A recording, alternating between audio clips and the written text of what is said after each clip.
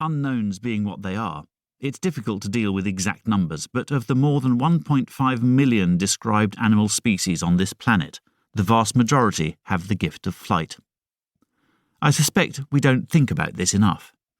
What would happen if we spent more time looking up, drinking in the spectacle of an animal defying gravity, and thinking about how this came to be, what it means, and what a wondrous thing it is to fly?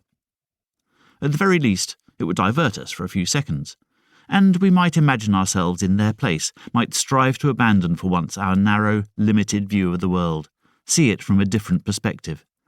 An exercise in empathy, an attempt to find within ourselves the capacity to be, however temporarily, something else. The ability to fly seems miraculous to those not endowed with it, but a miracle is something that breaks the laws of nature. While flight is indeed awe-inspiring and envy-inducing, it sticks to the rules. The principle is in fact remarkably simple. 4 forces, lift, thrust, weight and drag, combine to the advantage of the aspiring flyer. Produce enough lift and thrust to counteract the weight and drag, and off you go. But the more you explore the subject, the more complex and involved it all gets, and the more accurate that word miracle seems. None of this worries a flying animal in the least.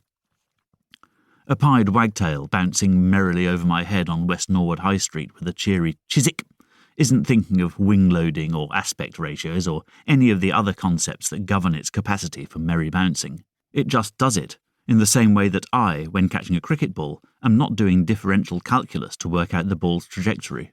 I merely catch it, or, more often these days, drop it.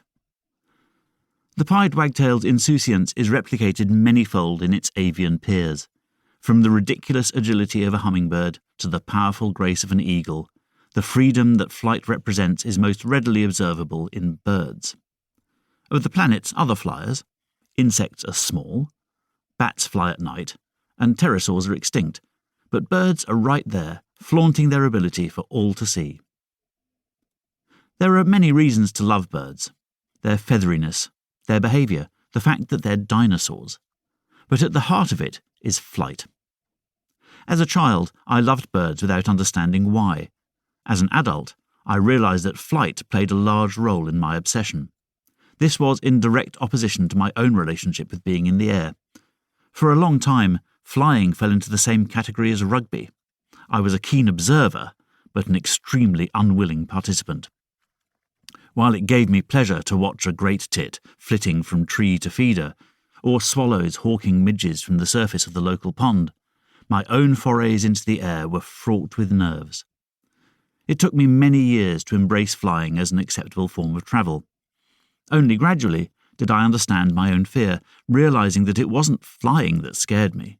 On the contrary, I was captivated by the feeling of being suspended high in the air, seeing the world laid out in miniature below me. It brought a sense of freedom that transcended the inconvenience and discomfort associated with being trapped in a thin metal tube. I wanted little more than to dispense with the material of the aeroplane and engage completely with the flyingness. It wasn't being in the air per se that gave me the heebie-jeebies. No, what I was afraid of was the idea of transitioning precipitously from flying to not flying. In other words, I was terrified of crashing. And I didn't anticipate the pre-crash plummet too keenly either. Over time, I learnt to take a more rational approach to this phobia, and in doing so, I began to think about flight in all its manifestations, and to delve into what it means to flyers and non-flyers alike. Once you start thinking about the extraordinariness of flight, it's difficult to stop.